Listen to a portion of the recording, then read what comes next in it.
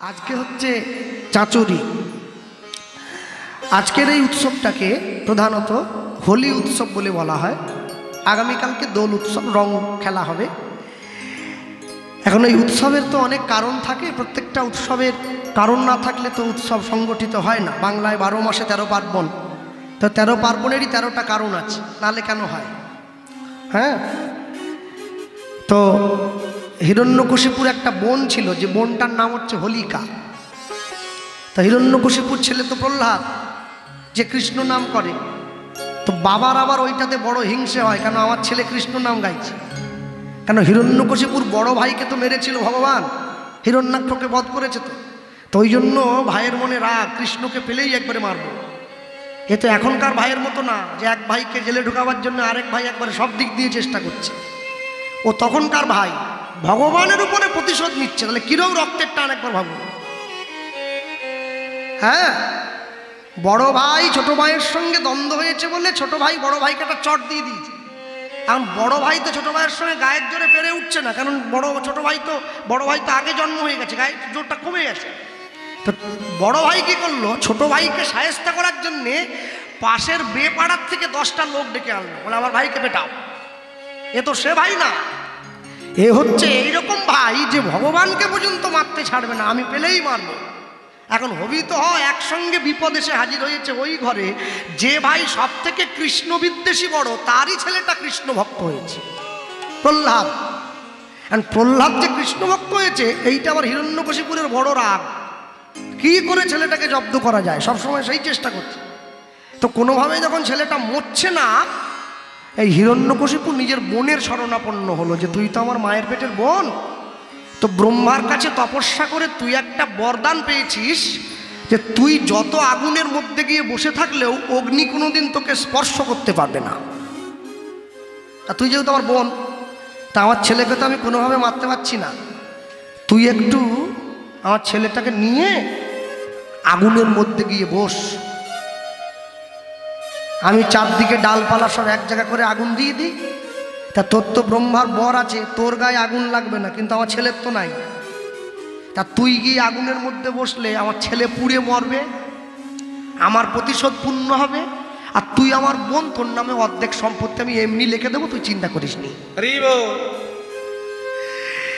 এখন কথা হচ্ছে, ভগবান নিজের কষ্ট সহ্য করতে পারে, কিন্তু ভক্তের কষ্ট সহ্য করতে পারবে না। নিজ নিন্দা কৃষ্ণ সহিবারে পারে, ভক্ত নিন্দা কৃষ্ণ সহিবারে না রে। এখন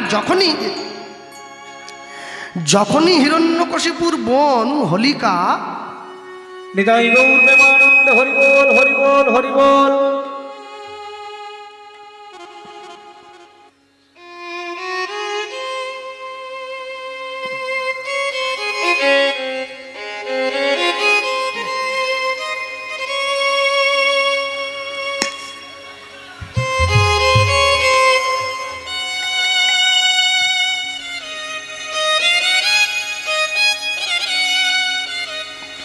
নিতাই গৌর প্রেমানন্দ হরি বল হরি বল হরি বল। এখন যখনই হিরণ্যকশিপুর বোন হোলিকা গিয়ে প্রহ্লাদকে জড়িয়ে ধরে আগুনের মধ্যে গিয়ে বসেছে, তো ভগবান সৃষ্টিকর্তা ব্রহ্মা যে আশীর্বাদটা করেছিল হিরণ্যকশিপুর বোনকে, যেহেতু পর্যন্ত যখন কৃষ্ণ ভক্তকে কষ্ট দিতে গেল আশীর্বাদটা অভিশাপে পরিণত হয়েছে। আর যখনই আশীর্বাদটা অভিশাপে পরিণত হলো, প্রহ্লাদের গায়ে আগুন লাগলো না, হিরণ্যকশিপুর বোন সেই আগুনে পুড়ে মরল। প্রহ্লাদ যেমন ছিল তেমনি রইল।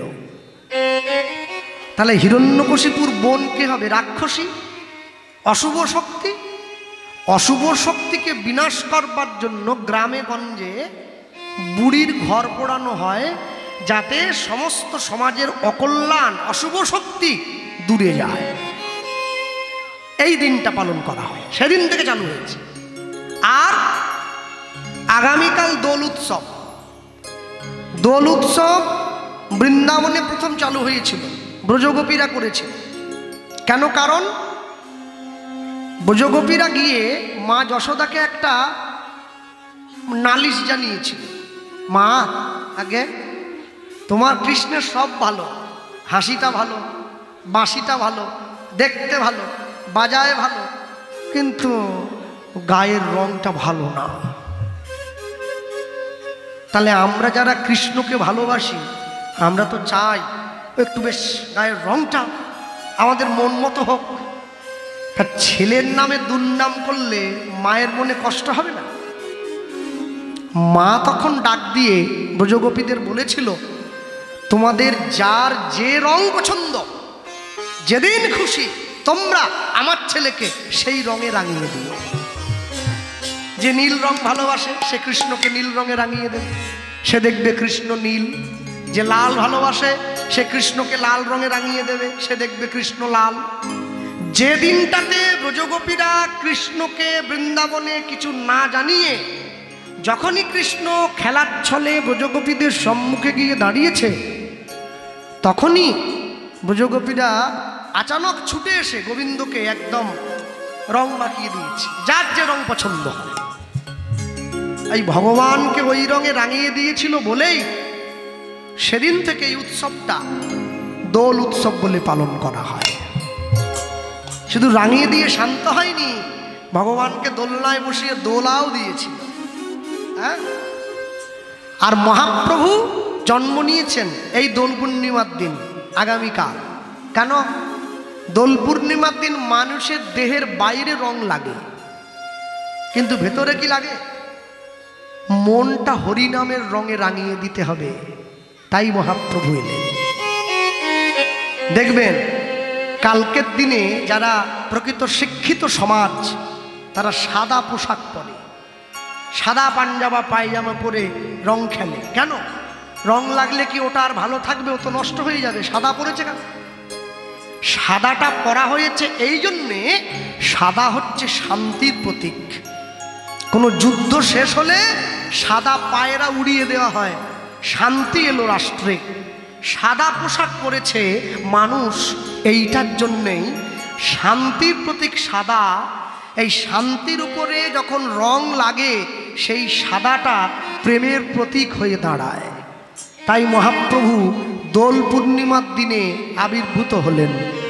তবে একটা কথা বড় দুঃখের সঙ্গে জানাচ্ছি আপনাদের, আমি জানি না এই বাংলায় কদিন সেই জিনিস চলবে, বা আস্তে আস্তে বাংলার মানুষ কোন দিকে আমরা যেতে চাচ্ছি বা যেতে পারলাম।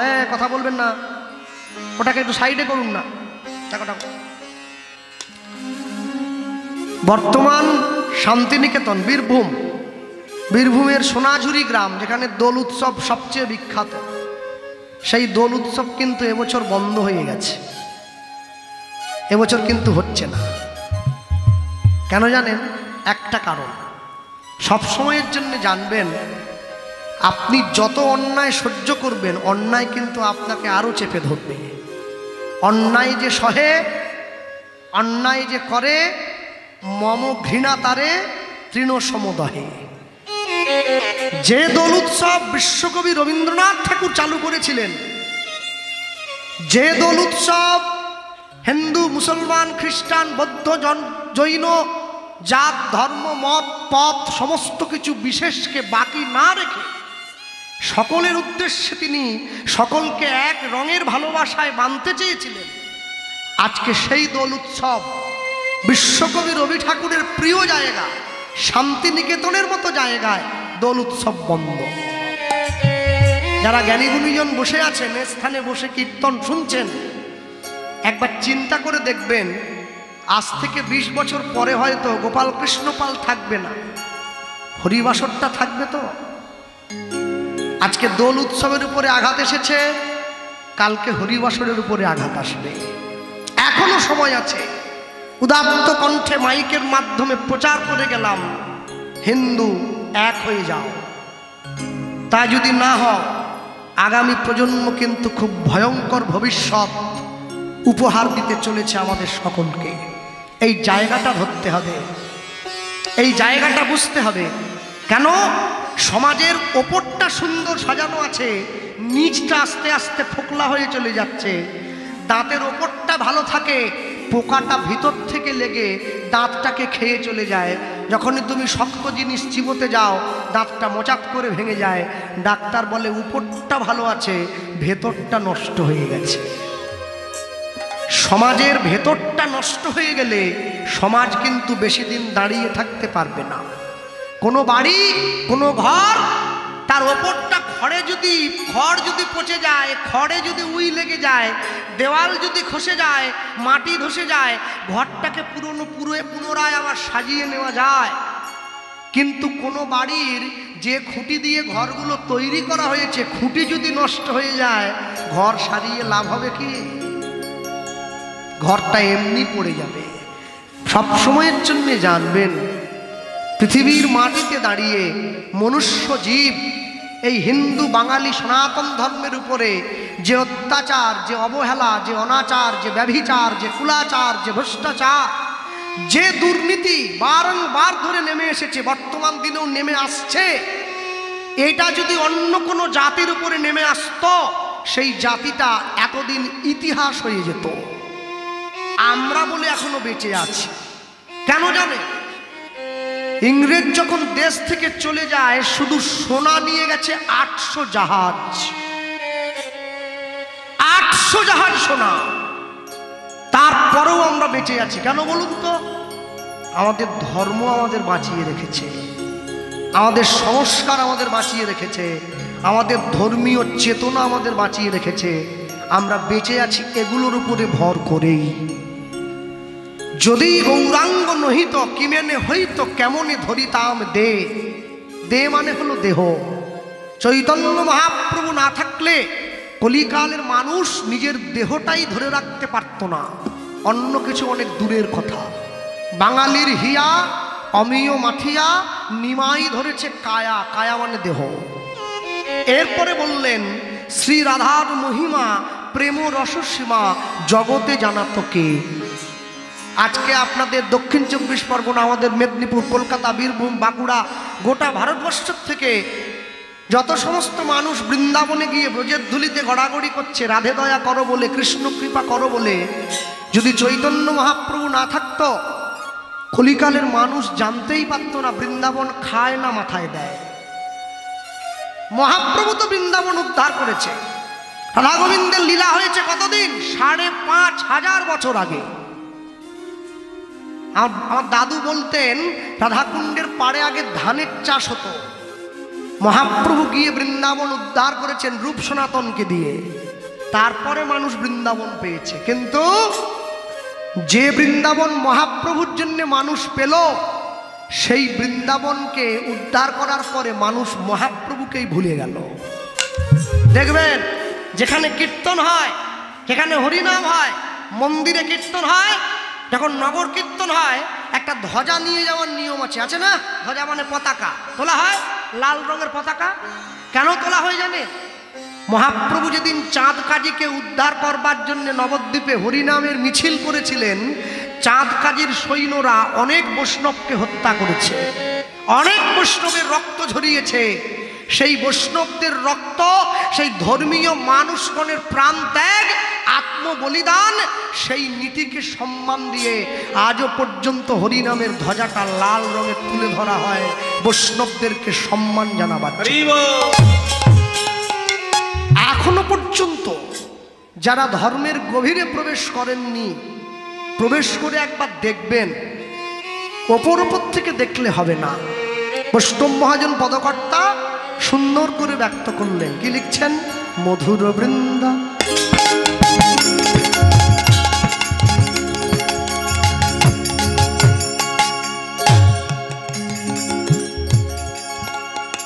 মধু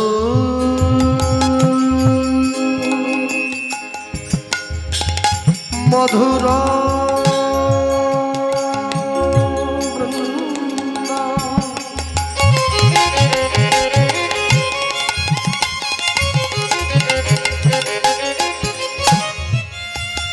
মধুর বৃন্দা বিপিন মাধুরী বৃন্দাবনে রাজা জীবন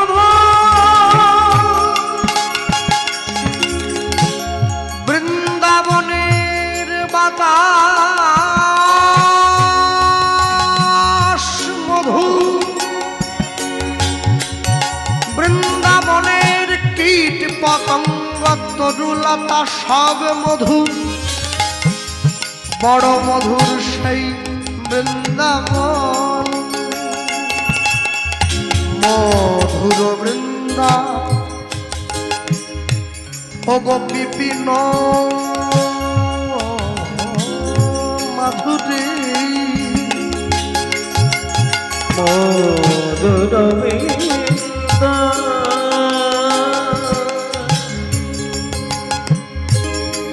ও ভাই বিপিন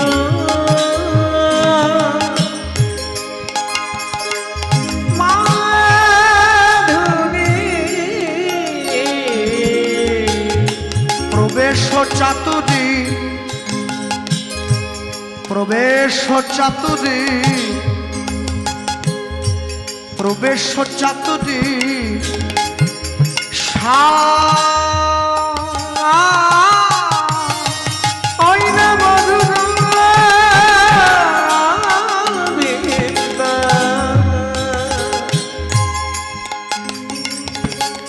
ও ভাই বিপিন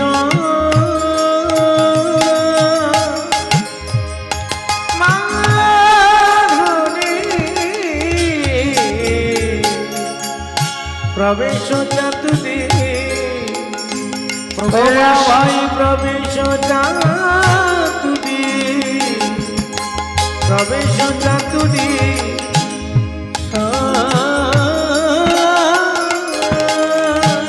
বড় যুবতী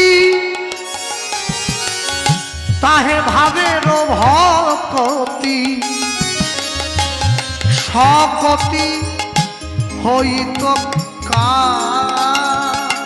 ভাই বাজা যুবতী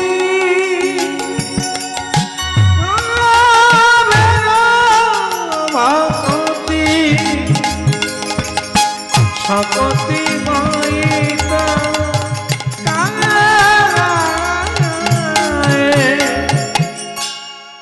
মধুর বৃন্দা বিপিন মাধুরী প্রবেশ চাতুরী সার বরজ যুবতী ভাবের ভকতি সকতি হইত কার। এখন আশ্চর্য হলো, আমার আগে নয়না গান গাইছিল, ও আমার পূর্ব পরিচিত, খুব ভালো গায়, ভালো গেয়েওছে, চপল গোপাল হচ্ছিল বলে আমি শুনছিলাম, দেরি করে এসছি তো ভালো। এখন দেখা যাচ্ছে ও যখন চণ্ডীপাঠটা করছে, ওই যে বলছিল না তবে রে পাশানি, এতদিন পুজো করলাম আমার ডাকে তুই সাড়া দিলি না, আজকেও আমি ডাকবো মা, এ ডাক আমার শেষ ডাক, গাইছিল। এখন কথা চণ্ডীপাঠটা শুনে একজন ভক্ত ওকে একটা 100 টাকা সেফটি পিনে করে পুরস্কার দিয়েছে, বলছে মা তুমি খুব ভালো মন্ত্র উচ্চারণ করেছো, একদম মন ভরে গেছে, ব্রাহ্মণ যেরকম উচ্চারণ করে তুমি সেই উচ্চারণ করলে। কি হচ্ছে কি, ব্রাহ্মণ যেমন মন্ত্র উচ্চারণ করে মা তুমি সেই রকম উচ্চারণ করলে, না তোমার এই মন্ত্র শ্লোক উচ্চারণে খুশি হয়ে আমি তোমাকে এই 100 টাকা পুরস্কার দিলাম। এখন ও যদি সঙ্গে সঙ্গে ঘুরে দাঁড়িয়ে বলে আমার মন্ত্র উচ্চারণ যদি আপনার এতই ভালো লেগেছে 100 টাকা কেন দিচ্ছেন, 1 লাখ টাকা দিন না। যেটা দিয়েছিল ওটা তো কেড়ে নেবেই নেবে, উল্টে চারটে কথা শোনাবে, গানের পরে বিচার বসাবে, ওর ঘুম চলে যাবে। তাহলে যারা বাংলার থেকে বৃন্দাবনে গেল, বৃন্দাবনে ব্রজগোপীদের কাছে গিয়ে তারা যদি বলে আপনাদের বৃন্দাবন আমাদের খুব ভালো লেগেছে, যমুনা খুব ভালো লেগেছে, রাধাকুণ্ড শ্যামকুণ্ড খুব ভালো লেগেছে, দেন রাধাকৃষ্ণকে আমাদের দিয়ে দেন, আমরা বগল দাবা করে বাড়ি নিয়ে যাই। আপনি চাইলেই বৃন্দাবনের ব্রজগোপীরা রাধাকৃষ্ণকে আপনাকে দিয়ে দেবে, মামা বাড়ির আবদা। হ্যাঁ, যে কৃষ্ণকে না খেয়ে না ঘুমিয়ে তারা বেঁধে রেখেছে, আপনি চাইলেন দিয়ে দেবে? মহাপ্রভু এনে দিয়েছে, মহাপ্রভু এনে দিল। কেন? একটা আশ্চর্য জিনিস দেখুন, যেদিনকে মহাপ্রভুর জন্ম হলো, এই যে 1486 খ্রিস্টাব্দে, 1407 শতাব্দে এই যে জন্ম হয়েছে, যেদিনকে মহাপ্রভুর জন্ম হলো নিতাই চাঁদ সেই দিনই ঘর ছেড়েছে। কোথায় গেছে? পায়ে হেঁটে সারা ভারতবর্ষের মাটি ঘুরে বেড়ালো নিত্যানন্দ। কবে নবদ্বীপে ফিরে এলো? যেদিন মহাপ্রভুর 24 বৎসর বয়স হলো, সেই দিন ফিরে এসেছে। এসে মহাপ্রভুকে বলল, ভাই কি আমি সারা ভারতবর্ষের মাটি পায়ে হেঁটে ঘুরলাম এই 24 বছর ধরে। আমি ঘুরে একটা জিনিস আমি দেখলাম, কি বৃন্দাবনে গোপনে রাতের অন্ধকারে একটা সেবা হচ্ছে, রাধাকৃষ্ণের যুগল ভজন। তুই যা বাংলার মানুষকে সেই সম্পদ এনে দে। তবে তো মহাপ্রভু গিয়েছে, তবে মহাপ্রভু দিয়েছে। এখন কথা হলো, পাওয়ার পরে যদি, হ্যাঁ বৃন্দাবনের 3টে মূল ঠাকুর, 3টে মূল ঠাকুর, এত এদিক ওদিক প্যাঁচ ঘোচে, এত কথা, এত চব্বে, এত ঝামেলায় যাওয়ার দরকার নেই। বৃন্দাবনের 3টে মূল ঠাকুর, বৃন্দাবনের সঙ্গে আমাদের খুব গভীর সম্পর্ক, আমার বিশেষ 3টে মূল, একটা গোবিন্দ, একটা গোপীনাথ, একটা মদনমোহন, 3টে ঠাকুর। বিচার করে দেখবেন 3টে ঠাকুরকে প্রতিষ্ঠা করেছিলেন 3 জন বাঙালি, কোনো উড়িয়া, কোনো বিহারি, কোনো মারোয়াড়ি পাঞ্জাবি নয়, 3 জন বাঙালি। 3টে ঠাকুরকে প্রতিষ্ঠা করেছেন 3 জন বাঙালি, 3টে ঠাকুরের সেবকও 3 জন বাঙালি। বৃন্দাবনে এক ব্রজ মা আমাকে এই কথাটা বলেছিল যে দেখুন কৃষ্ণবাবু, বৃন্দাবন কিন্তু আপনাদেরই, বৃন্দাবন উত্তরপ্রদেশের মানুষের নয়, বৃন্দাবন বাঙালিদেরই। তাহলে বাঙালিরা বৃন্দাবন থেকে হারিয়ে গেছে কেন? বলে কেন হারিয়ে গেছে জানেন? নিজেরা নিজেদের জায়গাটা ধরে রাখতে পারেনি, তাই প্রমোশন নয় ডিমোশন হয়ে গেছে।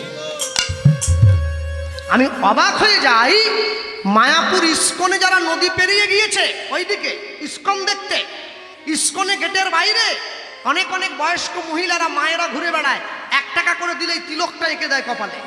আছে তিলকটা কপালে এঁকে দিয়েছে, ইস্কনের ভিতরে ঢুকেছে, ঘুরলো, আরতি দেখলো, আরতিতে এরম করে করে মেয়েরা নেচে বেড়ালো। এইবার গেটের বাইরে বেরিয়ে বাবাকে বলছে, বাবা আমার খিদে পেয়েছে, আরতি দেখলাম না, নাচলাম, খিদে পেয়েছে। বাবা কি করছে, ইস্কনের গেটের বাইরে দাঁড়িয়ে মেয়েকে ডিম ভাজা দিয়ে চাউমিন কিনে দিয়েছে। মেয়ে তিলক করে আছে, গলায় মালা পরেছে, টপ টপ করে ডিম ভাজা চাউমিন গিলে যাচ্ছে। হ্যাঁ, এ কি শেষ খাওয়া নাকি? জীবনের শেষ খাওয়া, কপ কপ করে খাচ্ছে। বলে একটা ডিমে হয়নি, আরেকটা দাও। হ্যাঁ, জোড়া ডিম। যারা নবদ্বীপকে ধরে রাখতে পারছে না, হারিয়ে যাচ্ছে, যারা নবদ্বীপের মহিমা বুঝতেও ভুল করছে, তারা কি করে বৃন্দাবন ধরে রাখবে?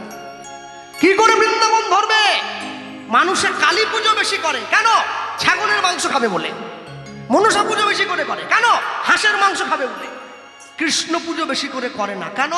মাংস খেতে পারবে না তাই। মানুষের রুচিটাই হয়ে গেছে তামসিক। সব কিছুর মধ্যে দিয়ে সব সময়ের জন্য যেন একটা এমন একটা শুধু যেন ব্যাপার, একটা হাস্যের ব্যাপার। হ্যাঁ, শিব পুজোর দিন যারা জল ঢালতে আসছে তাদের ছেলে, তাদের বাড়ির মেয়ের থেকে পুরোহিতের চারদিকে পাড়ার ইয়ং ছেলেরা ঘুরছে বেশি। কেন?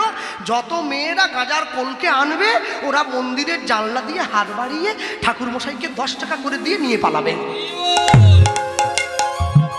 মানে যেন গাঁজা নেওয়াটা মূল উদ্দেশ্য হয়ে গেছে। ধর্মের বেশে মোহজারে এসে ধরে, অন্ধ সেজন মরে আর শুধু মারে। হ্যাঁ, আজকে আমি যখন এলাম, যা ঘন ঘন জঙ্গল পেরিয়ে আমি এসেছি, আপনারা বলতে পারেন ভয় তো আমার করছে, কারণ আমি প্রথম এসেছি। যে এখানে বাস করে তার ভয় করে কি? তার ভয় করে না। যারা বিদেশ থেকে, আমেরিকার থেকে মায়াপুরে এসে একটা মন্দির তৈরি করে চৈতন্য মহাপ্রভুকে নাড়িয়ে চাড়িয়ে ভাঙিয়ে খাচ্ছে, মহাপ্রভু কাদের? আমেরিকার লোকের, লন্ডনের লোকের। বাপের নাম কি? জগন্নাথ মিশ্র। মায়ের নাম কি? সচিরানী মিশ্র। নাতিকা নীলাম্বর চক্রবর্তী। একটা নাম শুনে মনে হচ্ছে কি কেউ বিদেশি? সব বাঙালি।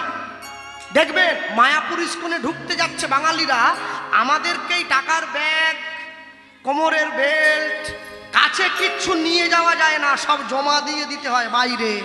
বলে সব রেখে দিয়ে তারপরে যাও।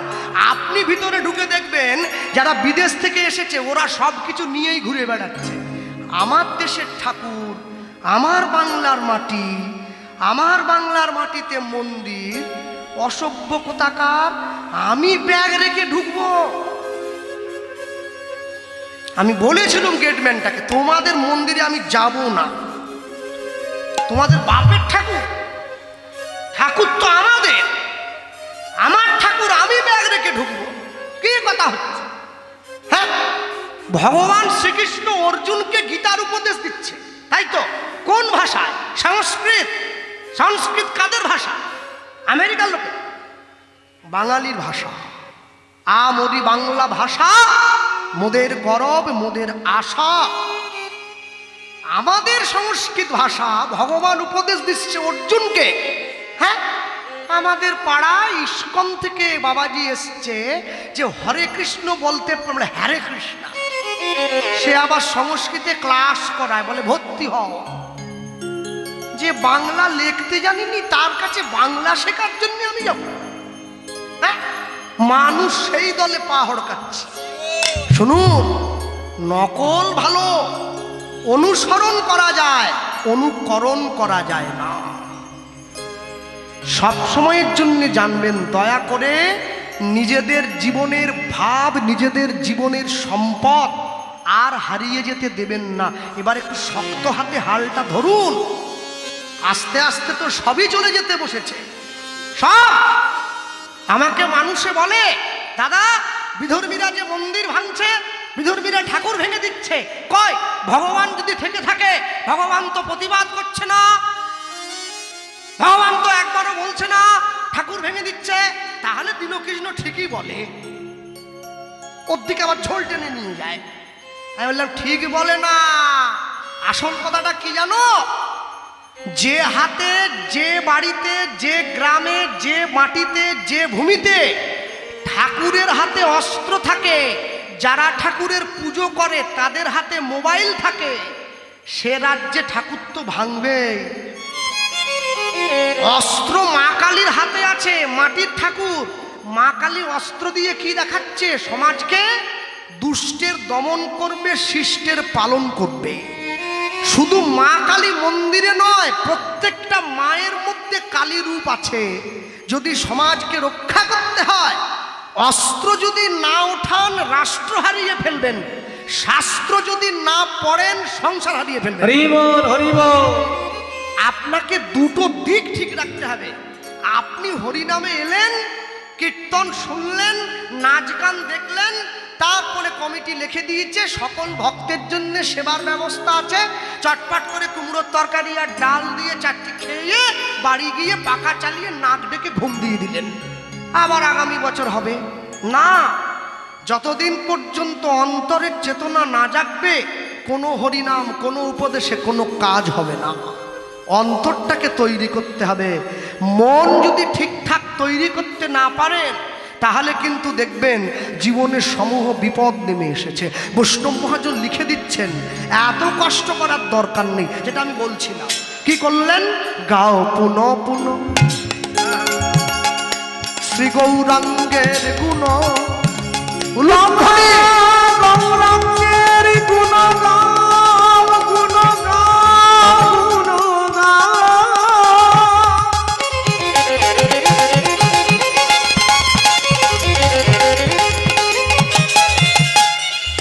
গৌরাঙ্গের গুণ,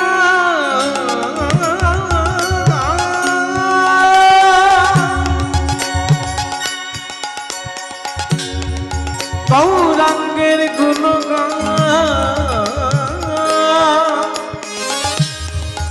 গৌরাঙ্গের গুণ গাও পুন পুন, পুন পুন, বারবার। একবার না পারিলে দেখো শতবার। দস্যু রত্নাকরের মতো মরা মরা বলতে বলতে রাম উচ্চারণ হবে। গাও পুন পুন শ্রী গৌরাঙ্গের গুণ, গাও পুন। যার নুন খেলে তার গুণ গাও, না হলে মানুষ তোমায় বেঈমান বলবে, অকৃতজ্ঞ বলবে, অমানুষ বলবে। গাও পুন পুন।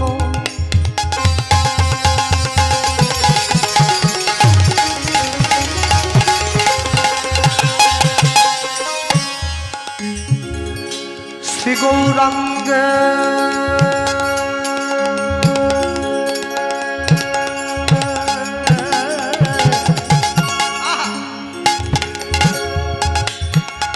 শ্রী গৌরাঙ্গের গুণ। এবার এই যে জয়নিতাই আপনাকে বলছি, আমি সকাল থেকে সন্ধে পর্যন্ত 2 নম্বরই করবো, চিটিংবাজি করবো, লোক ঠকাবো।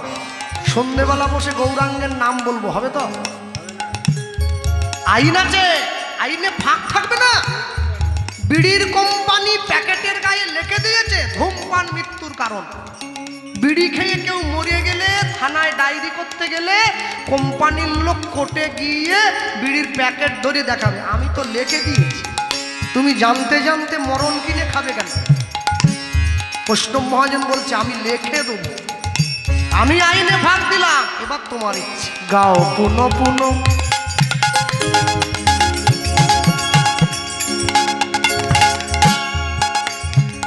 শ্রী গৌরাঙ্গের গুণ এবার সরল করিয়া, এই মনে হিংসা নিয়ে নয়, প্যাচ নিয়ে নয়, পরের ক্ষতি চেয়ে নয়, সরল করিয়া, সরল করিয়া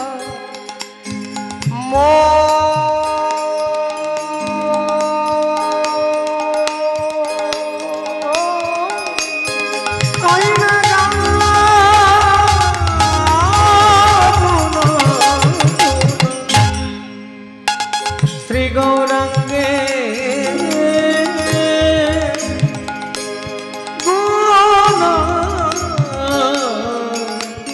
সরল করিয়া,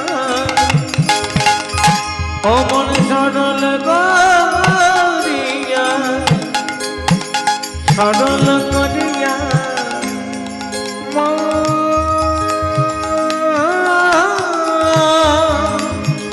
ও গয়তি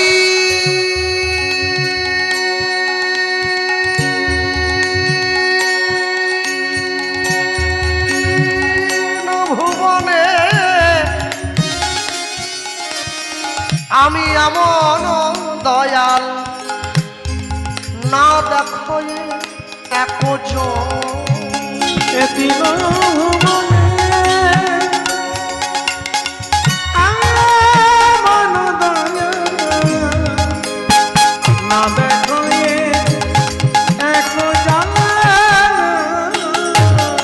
আমি এতিন ভুবনে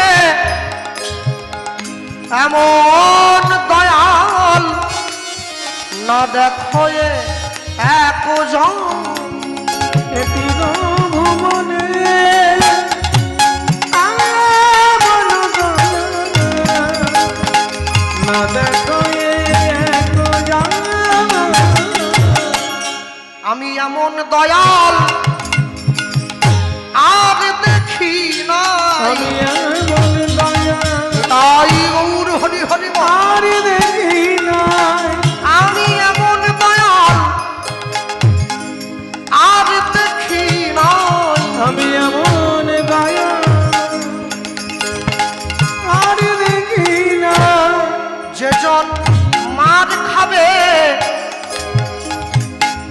পায়ে ধরে প্রেম দেবে, আমি এমন দয়াল আর দেখি নাই। যেজন জগাই মাধাইয়ের মতো মাতালকে হরিনাম বিলায়, আমি এমন দয়াল আর দেখি নাই। যেজন মলয় চাঁদ কাজীর মতো মুসলমানকে কৃষ্ণ প্রেম দিল, এমন দয়াল আর দেখি নাই।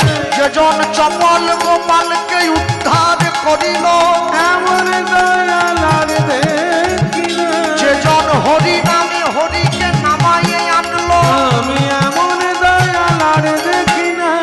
গোলকের হরি ভুলকে আইল, এমন দয়াল আর দেখি নাই। হাতে ধরিল পায়ে পড়িল, এমন দয়াল আর দেখি নাই। হাতে ধরিল পায়ে পড়িল, এমন দয়াল আর দেখি নাই। এমন দয়াল আর দেখি নাই। এতি ভুবনে এমন দয়াল না দেখো একজন। ও গয়তি ভুবনে এমন দয়াল না দেখো একজন। যে ভগবানকে ভালোবাসে ভগবান তাকেও নাম দিয়েছে। যে ভগবানকে ভালোবাসে না, ভগবান তাকেও নাম দিয়েছে। আশ্চর্য কি, যে ভগবানকে ভালোবাসে সে ভগবানের নামটা ভক্তি শ্রদ্ধা সহকারে গ্রহণ করেছে। আর যে ভগবানকে ভালোবাসে না, কি আরে যাদের তুমি আপন ভাবো তাদের কাছেই শোনা, গোল টেবিলের বৈঠকেতে হচ্ছে তোমার সমালোচনা। তুমি যাকে আপন ভেবে ভালোবাসছো না, তারাই সব থেকে বেশি তোমার সমালোচনা করে। তবে মানুষ তোমার নিন্দা করলে এতে তোমার কিছু যায় আসে না, ঈশ্বরের কাছে তুমি প্রিয় হয়ে থাকবে। আলেকজান্ডার যখন এই ভারতবর্ষ আক্রমণ করেছিলেন, এই ভারতবর্ষ আক্রমণ করবার পর তিনি যখন মহারাজার কাছে গিয়ে পেরুকে বন্দি করলেন, জেলবন্দি করার পর আলেকজান্ডার গিয়ে পেরুকে জিজ্ঞাসা করছেন, তুমি আমার বন্দি, আমার কাছে যুদ্ধে হেরে গিয়েছো, বলো তুমি আমার কাছ থেকে কি ধরনের ব্যবহার আশা করছো? কে? আলেকজান্ডার কিন্তু বড় বীর। মহারাজ পেরু বলছেন, আমি হেরে গেলেও আমি তো রাজা। শুনুন, একজন রাজা আরেকজন রাজার কাছ থেকে যেই ব্যবহার আশা করে, আমি আপনার কাছ থেকে ঠিক সেই ব্যবহার আশা করছি। আলেকজান্ডার তার প্রিয় সাথী সেলুকাসকে ডেকে বলেছিলেন, সত্যি সেলুকাস, কি বিচিত্র এই দেশ, যে দেশের মানুষ ঈশ্বরের কাছে সহজে মাথা নত করে কিন্তু কোনো রাজার কাছে সহজে মাথা নত করে না। আজকে বসে আছেন, কীর্তন শুনছেন, সব সময়ের জন্য জানবেন এই দিনটা কিন্তু জীবনে বারবার আসবে না। যে দিনটা চলে যায়, যে দিনটা আর ফিরে আসে না। হ্যাঁ, যখন 1 কুইন্টাল চালের বস্তা মাথায় নেওয়ার ক্ষমতা থাকে তখন কেনার মতো পয়সা থাকে না। আর যেদিন 1 কুইন্টাল চাল সঙ্গে সঙ্গে কিনে নেওয়ার মতো পয়সা পকেটে এসে যায়, বস্তাটা মাথায় নেওয়ার মতো আর ক্ষমতা থাকে না। আপনাকে ঠিক করতে হবে। হ্যাঁ, বাবা সবসময় তার ছেলেকে বলে, আগে বড় হও, যোগ্যতা তৈরি করো, পয়সা উপার্জন করো, তারপরে সাইকেল কিনবে, সাইকেল চাপবে। ছেলে বাবার কথাকে মর্যাদা দিয়ে ছেলে যখন প্রকৃত পয়সার মালিক হলো, ছেলের বয়স হয়ে গেছে 50। ছেলে সাইকেল কিনেছে, চাপতে আর পারছে না, কেন পড়ে গেলেই তো ঠ্যাং ভাঙবে, পড়ে গেলেই ভাঙবে। তাই জীবনে যখন যেইটা করার দরকার সেই কর্মটা তখনই করতে হয়, কিন্তু মায়েরা সেটা করে না। মায়েরা টিভির সামনে বসে গল্প করা দরকার, তখন মুখ বন্ধ রাখে, আর হরিনামে এসে চুপ করা দরকার, সেইখানে গল্প করে। সব উল্টো, যে জায়গার যেটা। সবাইকে সব জায়গায় খাটে, কেউ বা মাঠে, কেউ বা ঘাটে, কেউ বা রাজপাটে। ওই খাটে কি কুবজা খাটে, যে খাটে রাধা রানী খাটে? সবার জন্য সব জায়গাটা নয়। সব সময়ের জন্য জানবেন, মায়েরা যে বসে আছেন, আমি মজা করলাম, হরিনামে এসে কথা বললে যিনি পাশের ব্যক্তি শুনছেন তিনি বিব্রত হন, তিনি অস্বস্তি বোধ করেন। আপনি শুনছেন না, কিন্তু যিনি শুনছেন তাকে বিরক্ত করছেন কি জন্য? তাকে শুনতে দেন। যদি তার সঙ্গে গল্প করেন, তার সঙ্গে বাকবিতণ্ডা করেন, তাহলে পাশের মানুষের কষ্ট হবে না। বেশি ভক্ত হলে গান গাইতে আনন্দ লাগে, কিন্তু গান গাইতে আনন্দ লাগে মানে এই নয় সকলে মিলে বসে গল্প করবেন। একদম শেষে গিয়ে বৈষ্ণব মহাজন লিখলেন, গৌরাঙ্গ বলিয়া না গেলাম গলিয়া, না গেলাম গলিয়া, কেমনে ধরিলাম দে, কেমনে ধরিলাম দে, বাসু ঘোষ হইয়া পাষাণ দিয়া, পাষাণ দিয়া, বিধি কেমনে গড়িয়াছে, বাল বিধি কেমনে কেমনে গড়িয়াছে। বেশ, গৌরচন্দ্রিকা সমাপন হলো। লীলা মাধুর্যের মধ্যে প্রবেশ করি। বলতে গিয়ে বলবো, আমাদের পরে তো রাসলীলা কীর্তন আছে, অসীমাদি গাইবে বোধ হয়, সেরকমই নামটা লেখা আছে। রাসলীলা কিন্তু শুধুমাত্র ব্রজগোপীদের ইচ্ছে পূরণের জন্য হয় না, আরেকটা কর্ম সম্পাদনের জন্য হয়েছে। কি ইচ্ছে? কামদেব বা মদনদেবের অহংকারটা চূর্ণ করবার জন্য। হ্যাঁ, মদনদেবকে ছোটকালে আমরা পড়েছিলাম, একে চন্দ্র, দুয়ে পক্ষ, তিনে নেত্র, চারে বেদ, পাঁচে পঞ্চবাণ। মদনদেবের ওই 5টা বাণ আছে, মদন, মাদন, শোষণ, স্তম্ভন, মোহন। যখন যাকে মারে তার মধ্যে কামনা বাসনা জাগে। মদনদেব রাসমঞ্চের বাইরে দাঁড়িয়ে যখন রাধারানী আর গোবিন্দ যুগলে নৃত্য করছে, সেই সময় তিনি বাণ নিক্ষেপ করেছিলেন। কার প্রতি? গোবিন্দের প্রতি। কিন্তু গোবিন্দকে তিনি নিজের বশে আনতে পারেন নাই। হ্যাঁ, রাধারানীর প্রেম তো দেহের প্রেম নয়, এ তো মনের প্রেম। আত্মেন্দ্রিয় প্রীতিবাঞ্ছা তারে বলে কাম, কৃষ্ণেন্দ্রিয় প্রীতি ইচ্ছা ধরে প্রেম নাম। মদনদেব ছুটে গিয়ে গোবিন্দের চরণটা জড়িয়ে ধরেছিলেন, প্রভু আমি জগতের সবাইকে মোহিত করি বলে আমার নাম মদন, আজকে তুমি আমায় মোহিত করেছো বলে আমি তোমার নাম দিলাম মদন মোহন। ভগবান বলেছিল, শোনো মদন, যেইখানে আমার ভক্তরা আমার গুণকীর্তন করবে, যেইখানে আমার নাম সংকীর্তন হবে, সেইখানে কিন্তু তুমি খবরদার যাবে না। ওই জায়গাটা তোমার জন্য নয়, ওটা শুধুমাত্র ভক্তদের জন্যে। হরিসভায় বসে আস্বাদিত গীতব্য লীলা মাধুর্য যা পরিবেশন হবে, লীলা পুরুষোত্তম মদন মোহন। আমরা বলতে গিয়ে সবার আগে বলবো, আজ থেকে প্রায় 450 বছর পূর্বে আমার বাড়ি হচ্ছে পশ্চিম মেদিনীপুর। হ্যাঁ, আপনারা যাকে জঙ্গলমহল বলেন, এ কথা তো বলতেও ভয় লাগে, আর ইউটিউবারগুলোকে বিশ্বাস নেই, বুঝলেন। কোন এক ওই কুলতুলির দিকে গান করতে গিয়েছি, কমিটি দেখি আমার নাম দিয়ে ব্যানার তৈরি করেছে, গোপাল কৃষ্ণ পাল, বিকেল 4টে থেকে 8টা, ঠিকানা জঙ্গলমহল। শালা আমি মাওবাদী, কাঁধে বন্দুক নিয়ে ঘুরছি। জঙ্গলমহল বললে দক্ষিণের লোক চিনতে সুবিধে হয়, মাওবাদী কথাটা বেরিয়ে আসে না, কারণ জঙ্গলমহল মানে মাওবাদী। আর মাওবাদী কোথা? পূর্ব মেদিনীপুরে মাওবাদী নাই, পশ্চিম মেদিনীপুরে আছে। হ্যাঁ, তা আমার বাড়ি হচ্ছে পশ্চিম মেদিনীপুর। এখন এই পশ্চিম মেদিনীপুর শেষ হয়ে গেলে একটা জেলা পড়ে, যে জেলাটার নাম হচ্ছে বাঁকুড়া জেলা। বাঁকুড়াতে একটা বিখ্যাত গ্রাম আছে। আপনি বাঁকুড়াতে ঢুকে সোজা রাস্তা ধরে চলতে থাকলে রাস্তার ওপরে দেখবেন বড় করে একটা সাইনবোর্ড দেওয়া আছে, আপনি ঐতিহাসিক বাঁকুড়া জেলার বিষ্ণুপুর গ্রামে প্রবেশ করছেন।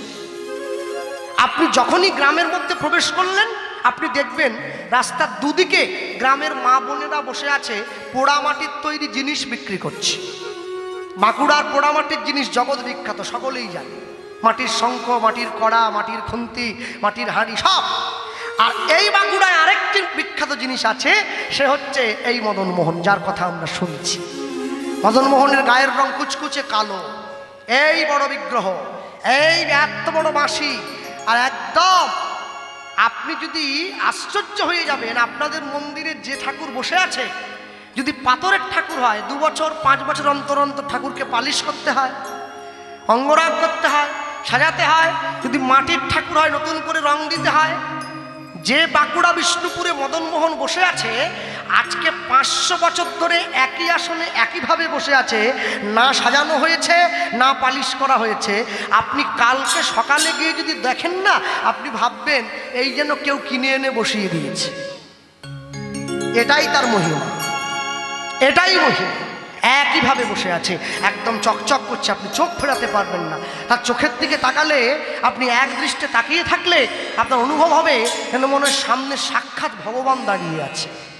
মদনমোহন কোনো ঠাকুর, কোনো মিস্ত্রির তৈরি করা নয়, সাক্ষাৎ ভগবান এসে দাঁড়িয়েছেন ভক্তের ডাকে। আর বলতে গিয়ে বলি, আজ থেকে প্রায় 450 বছর বেশি পূর্বে এই বাঁকুড়া জেলায় এই বিষ্ণুপুর গ্রামে একজন ক্ষত্রিয় বাড়ির ব্রাহ্মণ বাস করত, যে ব্রাহ্মণের নাম ছিল সনাতন দাস। ব্রাহ্মণের একটি স্ত্রী ছিল। সনাতন দাস কি করত, আগে কর্মটা বলে নেই। সনাতন দাসের কর্ম ছিল সারা বাংলায় যখনই যুদ্ধ লাগতো তিনি যুদ্ধের দেশের হয়ে যুদ্ধ করতে যেতেন, সৈনিক ছিলেন, দেশকে রক্ষা করতেন। আর এই যুদ্ধ করতে গিয়ে তিনি কর্ণাটকে গিয়ে এক ক্ষত্রিয় ব্রাহ্মণ বাড়ির মেয়েকে পছন্দ করে নিজের বাড়িতে এনেছিলেন বিবাহ করে। মেয়েটির নাম ছিল শিলাবতী। স্বামী স্ত্রী যখন ঘরে এসে উঠলেন, পথের মধ্যে একজন বৈষ্ণব এই স্বামী স্ত্রীকে একটি রাধা গোবিন্দের বিগ্রহ দিয়ে বলেছিল, আজ থেকে তোমরা দুজনের সেবা করবে। ঘরে এনেছেন, স্বামী স্ত্রী দুজনের সংসার। আর কে আছে সংসারে? রাধা গোবিন্দ। আর তো কেউ নেই। বৈষ্ণব মহাজন লিখছেন, বিষ্ণুপুরে বিষ্ণুপুরে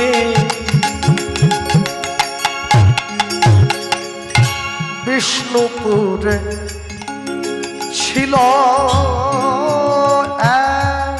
উলুধ্বনি।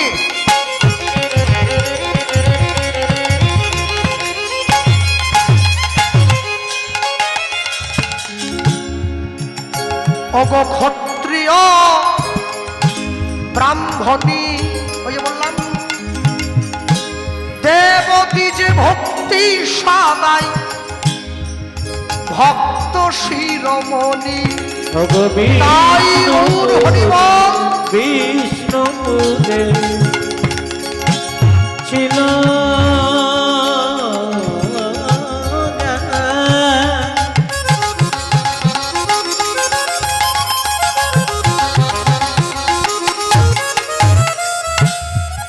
ক্ষত্রিয় ব্রাহ্মণী দেবতী যে দেবতী যে ভক্তি সদাই ভক্ত শিরোমণি, সদাই কৃষ্ণ কৃষ্ণ কৃষ্ণ বলে, সদাই কৃষ্ণ কৃষ্ণ কৃষ্ণ বলে। ওগো ভাসে সদাই নয়ন জলে, সদাই কৃষ্ণ কৃষ্ণ কৃষ্ণ বলে। ওগো গোবিন্দ কৃপা করো বলে, সদাই কৃষ্ণ কৃষ্ণ কৃষ্ণ বলে। ওগো তুমি কৃষ্ণ আমার হলে বলে, সদাই কৃষ্ণ কৃষ্ণ বলে। ওগো আমি তোমার হলাম বলে, সদাই কৃষ্ণ কৃষ্ণ কৃষ্ণ বলে। ওগো এ জন্মে নয় প্রতি জন্মে জন্মে সদাই কৃষ্ণ কৃষ্ণ বলে। আমায় রেখো তোমার চরণ তলে। হরি হরি বল কৃষ্ণ বলে, রেখো তোমার চরণ তলে। সদাই কৃষ্ণ কৃষ্ণ বলে, সদাই কৃষ্ণ কৃষ্ণ বলে। অপদেবতী যে ভক্তি সদাই ভক্ত শিরোমণি, অপদেবতী যে ভক্তি সদাই ভক্ত শিরোমণি। ভগবান বলে, যে আমাকে চায় আমিও তাকে চাই, যে আমাকে না চায় আমিও তাকে না চাই। হ্যাঁ, অনেক অনেক মানুষ আমাকে বলে, মায়েরা জানেন দাদা, ইচ্ছে হয় কীর্তন শুনতে যেতে, কিন্তু যাই না। কেছে আস্তে আস্তে, কথা নয় কথা নয়, আস্তে আস্তে খুলে দেন। হ্যাঁ, অনেকে বলে দাদা কীর্তন শুনতে যেতে ইচ্ছে হয় কিন্তু যাই না। বলে কেন আসেন না কেন, অসুবিধে কি? বলে না ঠিকই আছে, আসলে ওই যেখানে কীর্তন হয় না, ওই একটা বাচ্চা মেয়ে ঘুরে বেড়ায়, একটা ওই তিলকের একটা বাটি নিয়ে ও শুধু কপালে ফোঁটা দিয়ে দেয়, ভালো লাগে।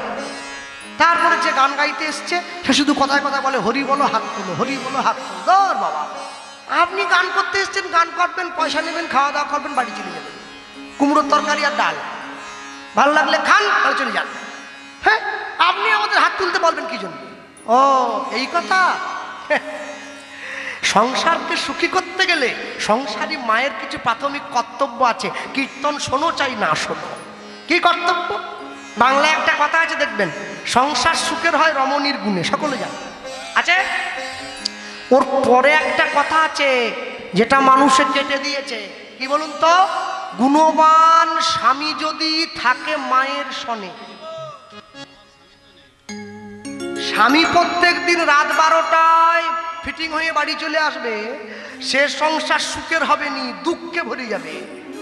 হ্যাঁ, সংসারকে সুখী করার প্রথম মূল মন্ত্র, সংসারী মা প্রত্যেক দিন প্রাতঃকালে সূর্য ওঠার আগে ঘুম থেকে উঠবে, প্রথম কাজ। 2, সংসারী মায়ের দ্বিতীয় কর্তব্য, সংসারী মা প্রতিদিন প্রাতঃকালে স্নান করবে। শাস্ত্রে 4 রকমের স্নানের কথা বলা আছে, মিলিয়ে নেন।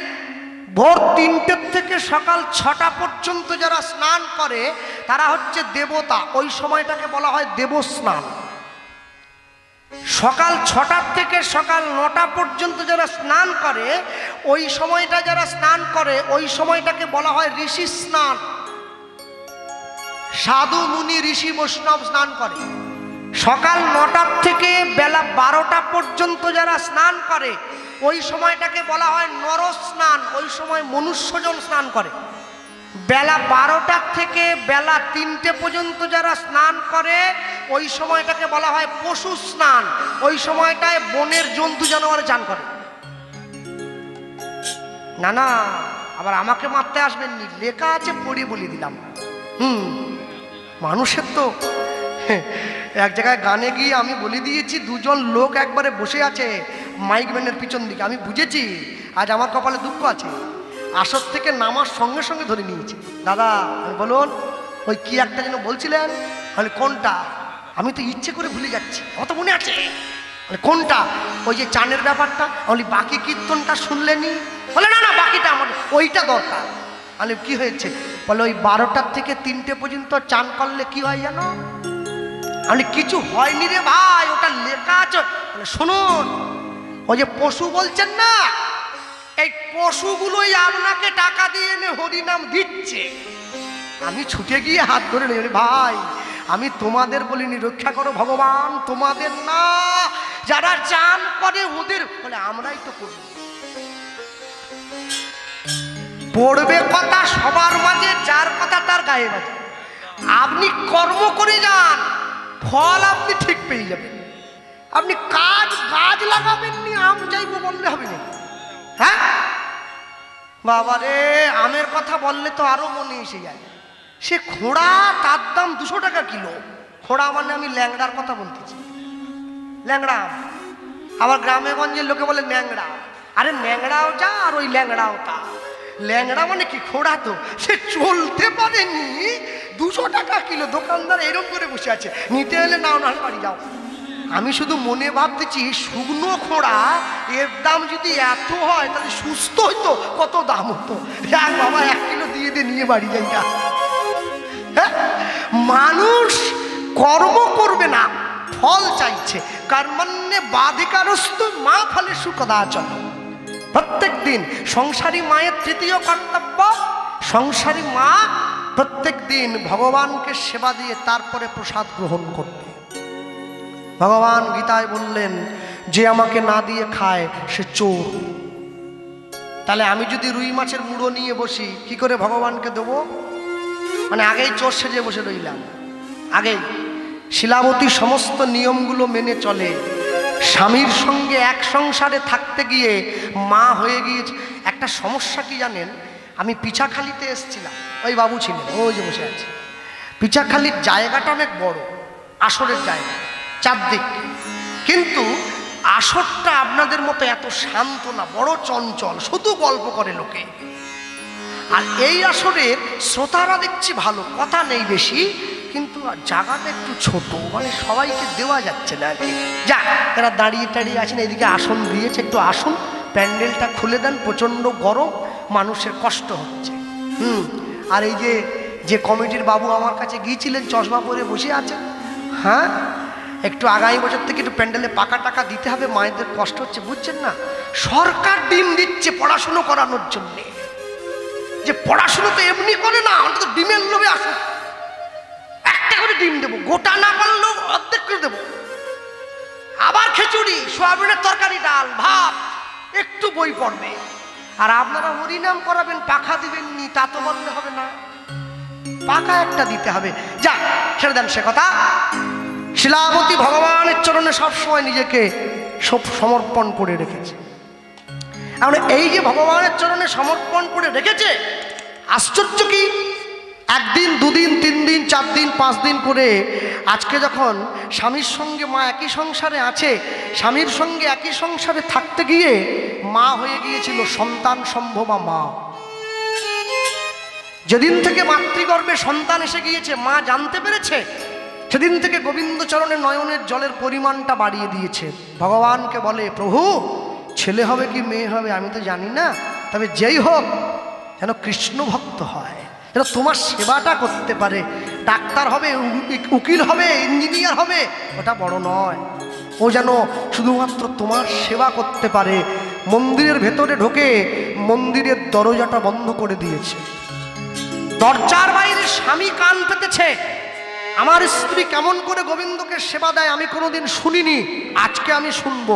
স্বামী দরজায় কান পাতলো, স্ত্রী মন্দিরের মধ্যে ঢুকেছে, ভগবানের সঙ্গে শাকন্যের থালাটা এগিয়ে দিয়েছে, গোবিন্দের চরণটা জড়িয়ে ধরেছে, আর জড়িয়ে ধরে জয় রাধা রমণ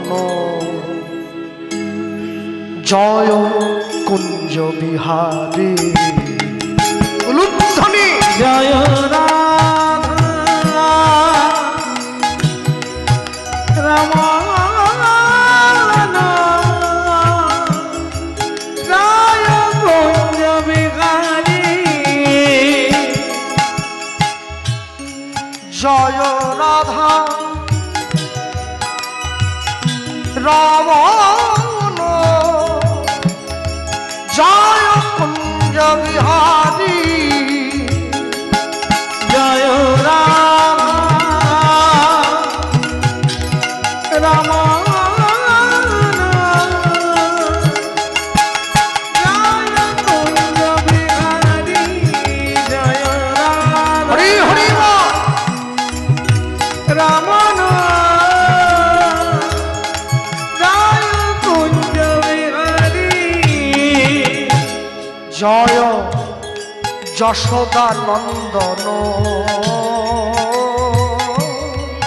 জয় যশোদা নন্দন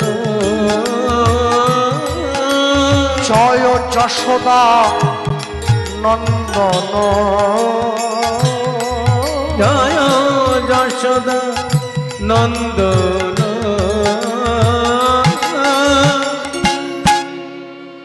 বৃন্দাবন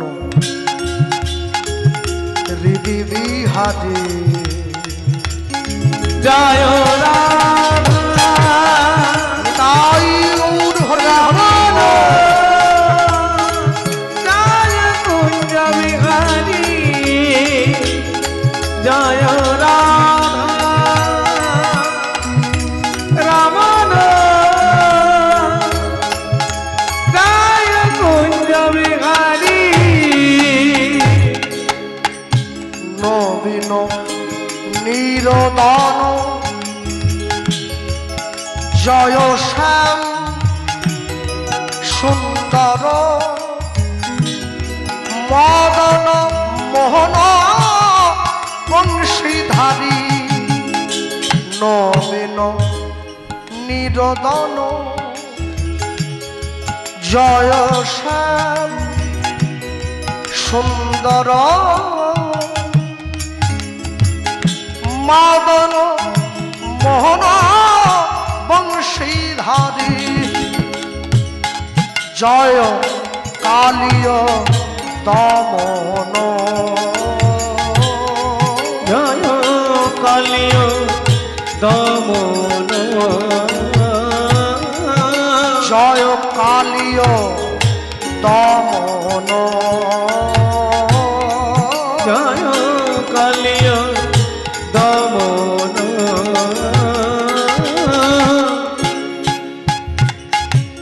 বৃন্দাবন। আরে এরম করা মানে বন্ধ করে দিতে হবে।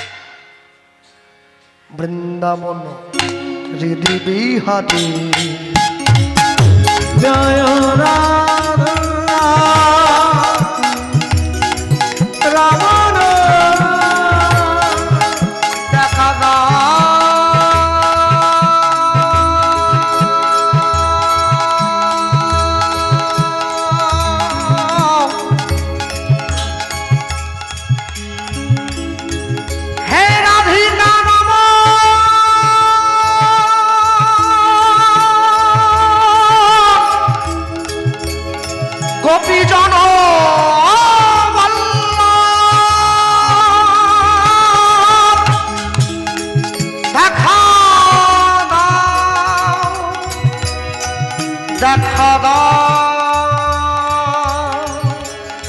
দেখা দাও। জয় কালীয় দমন, জয় কালীয় দমন, জয় কালীয় দমন, জয় কালীয় দমন, বৃন্দাবন হৃদি বিহারী, জয় রাধা, জয় রাধা, রাম রাম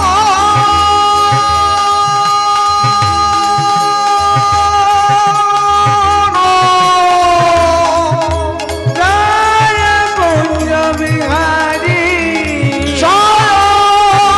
কুঞ্জ বিহারী, জয় কুঞ্জ বিহারী,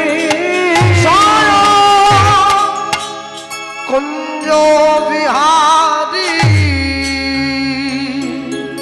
अरे बोलिए भाई राधा मदन मोहन की जय, भगवान कृष्ण चंद्र की जय, निताई गौर प्रेमानंद। हरि बोल, हरि बोल, हरि हरि बोल।